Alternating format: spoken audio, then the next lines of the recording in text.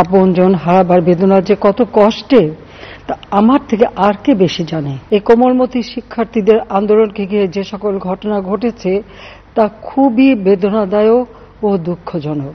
অহেতুক কতগুলি মূল্যবান জীবন ঝরে গেল।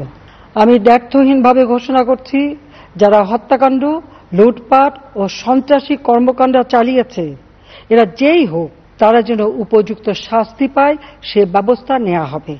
মহামান্য রাষ্ট্রপতির কাছে যখন আন্দোলনকারীরা স্মারকলিপি প্রদান করার ইচ্ছা প্রকাশ করে, সেক্ষেত্রে তাদের সুযোগ করে দেওয়া হয় এবং নিরাপত্তারও ব্যবস্থা নেওয়া হয়।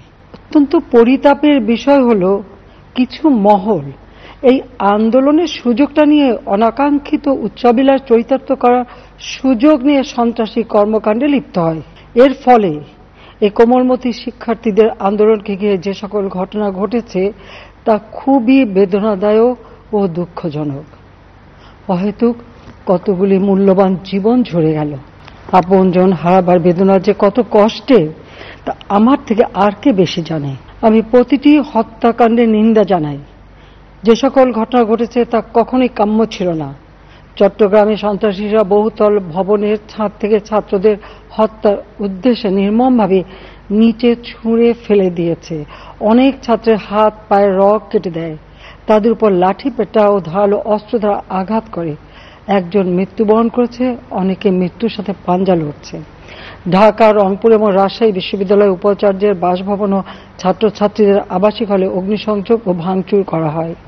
মেয়েদের হলে ছাত্রীদের উপর আক্রমণ করা হয়েছে এবং লাঞ্ছিত করা হচ্ছে। আবাসিক হলে প্রবোজদের হুমকি দেওয়া হয় এবং আক্রমণ করা হয়েছে। শিক্ষকদের উপর চড়াও হয়ে তাদের গায়ে হাত তোলা হয়েছে। আমি বিশ্বাস করি, যারা কোটা সংস্কার আন্দোলনে জড়িত তাদের সাথে এই সকল সন্ত্রাসীদের কোনো সম্পর্ক নেই, বরং সন্ত্রাসীরা এদের মধ্যে ঢুকে সংঘাত ও নৈরাজ্যকর পরিস্থিতির সৃষ্টি করছে। এই ধরনের ঘটনার সঙ্গে যারা জড়িত তাদের চিহ্নিত করে উপযুক্ত শাস্তির ব্যবস্থা করা হবে।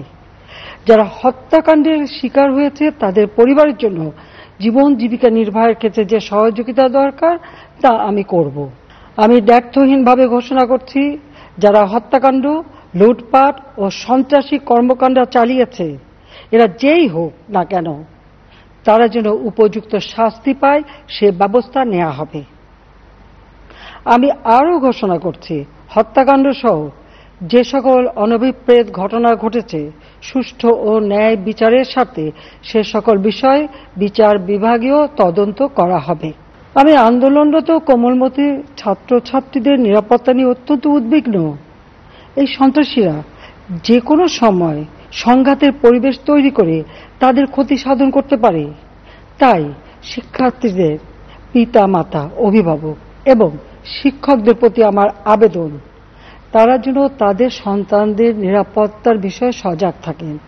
একই সাথে সকল শিক্ষা প্রতিষ্ঠানের ছাত্রছাত্রীদের নিরাপত্তার বিষয়টি বিশেষভাবে নজর রাখেন। সরকার হাইকোর্টের রায়ের বিরুদ্ধে সর্বোচ্চ আদালতে আপিল করেছে। আপিল আদালতে শুনানির দিন ধার্য করা হয়েছে।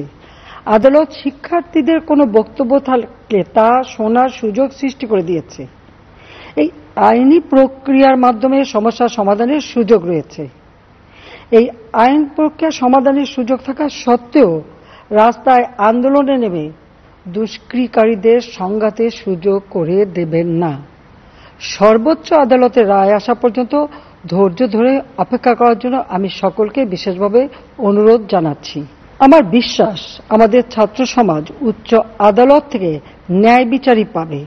তাদের হতাশ হতে হবে না, ইনশাআল্লাহ।